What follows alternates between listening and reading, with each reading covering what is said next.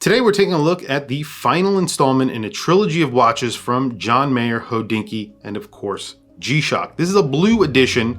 It's based on the DW6900, just like the two previous versions, the off-white and gray. All three are inspired by keyboards that John Mayer used in the 1990s, made by Casio. So really cool inspiration behind these watches. John Mayer, keyboards, Casio.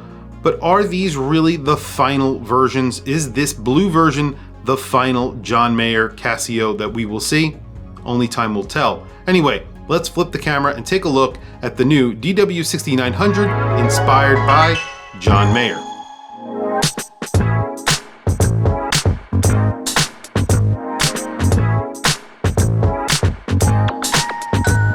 So here we are. This is the John Mayer Hodinkee G-Shock limited edition, the one that just recently came out and has already sold out.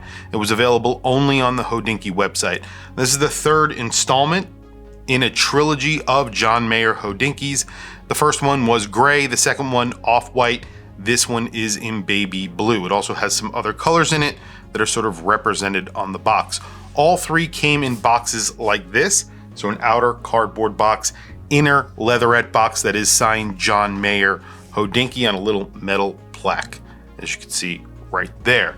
Inside, of course, you get a watch. This is the baby blue version. You're getting a couple of other colors on here that are sort of representing the other two versions that were made. So right off the bat, you're going to see a little bit of gray on the button. That is obviously the gray version, the first version that they came out with. That has a pink G this time. And then of course you have an off-white dial.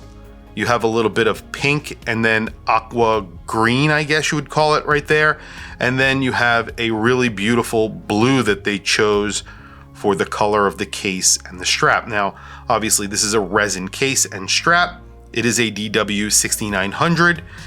You get really great functionality with this watch, 200 meters of water resistance mineral crystal. This costs $180, so it's a lot more expensive than a standard DW6900, but it is a limited edition and it comes in a lot nicer packaging than a normal DW6900. So you really have to ask yourself the question, is that worth it for you? Maybe you're a huge John Mayer fan or Hodinkee fan, or maybe you really like the look of this watch, or maybe you just want a limited edition G-Shock. That's really the only reasons why you would buy this. Measurements on here are standard to what a normal G-Shock 6900 gets. So it's about 49 millimeters. It's around 16 millimeters thick. And of course, the lug to lug is of course very big because this is a G-Shock 64 millimeters. It doesn't wear very big on your wrist. You could definitely wear this if you have a smaller wrist.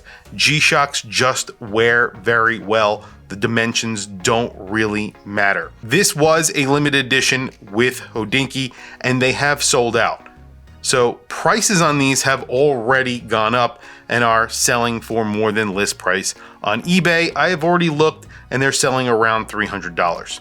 Now, the first version, I bought that and sold it. The second version, which was in an off-white color, I thought just looked dirty. I didn't really like it and I sold that one. And this one I might keep. And I always say that, but I really like the baby blue version here. I like the baby blue color. Now I'm gonna throw it on my wrist really quickly. I have a 7.5 inch wrist. This is a 49 millimeter watch. So let's check it out on my 7.5 inch wrist. Before we do, today I have Citizen on. This is a Citizen ProMaster Dive Automatic in super titanium. I love this watch. Really awesome watch. Came out in 2022 and obviously I was very, very excited about it and now I own one. So here is the Casio G-Shock limited edition for John Mayer and Hodinkee. And I think I mentioned this before, these were only available on the Hodinkee website. They sold out of these pretty quickly, and they always do. I don't know if they'll come out with further editions. This was a trilogy of watches, essentially. So they came out with 3 of these, the gray, the off-white, and this blue. And eventually, I would imagine they'll come out with more of these because these were very, very popular with people in general. Collectors and people who like John Mayer, I guess, and just people who like G-Shocks. There you go. I have a 7.5-inch wrist. This is a 49mm watch. It wears really well for that size. G-Shocks always wear really, really well. $180 is a lot of money for this watch. You're basically paying for the collaboration and of course the special packaging, which will just go into a closet. So you have to really love John Mayer or really like this color. That's really all I have to say about it. Anyway, very, very quickly, let me shut off the lights and I will do a little bit of a lume shot. Not really lume, obviously. This does get, when you press the G here, it has a backlight. There's nothing really special to the backlight. That's really it. So I'll just show you that in just a second. Also, I just want to point out the G-Shock right here is also in that aqua green color, which looks really good. You have a standard strap on here, which again is resin, and then you have a standard G-Shock buckle, which is just a tang buckle made out of stainless steel, and it is stamped. The case back on here also is signed Hodinkee John Mayer. It's actually John Mayer Hodinkee. And the number of limited editions this is, or the number this is limited to, is not actually published, so I can't tell you that.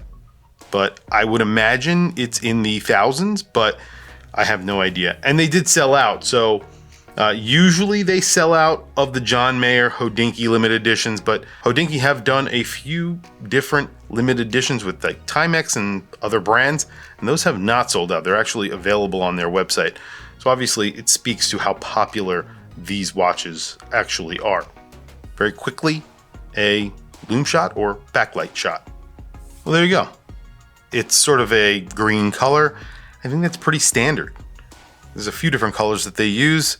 This is really nothing special at all, but it looks good. You know, it's bright. Obviously, it's a backlight, so it works really well. Tell me what you guys think down in the comments below. What do you think of the collaboration between John Mayer, Hodinkee, and of course G-Shock? Do you think they should do more, or should they just leave it at this? These were inspired by keyboards that John Mayer used to play on when he was a kid. They made a few different colors of those keyboards. So I think he's used those inspiration or that inspiration towards these three models.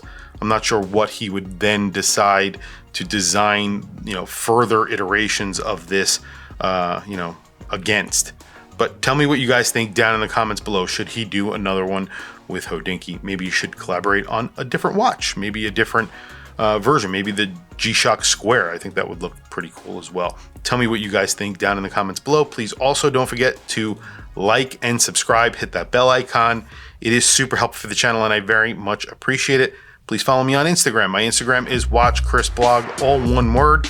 I have some links in the description. Those links are to Amazon. If you click those links and buy anything, it helps support the channel. It doesn't cost you anything extra. However, I very much appreciate it. Anyway, thank you for logging on. I'll catch you guys in the next video.